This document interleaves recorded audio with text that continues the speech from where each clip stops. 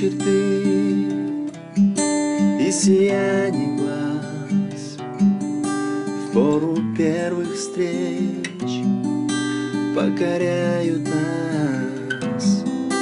Но проходят дни, и в один из них красота души станет нам видней. Мы слова найдем такие нежные, что завидовать начну. Красавицы, тем единственным на свете женщины.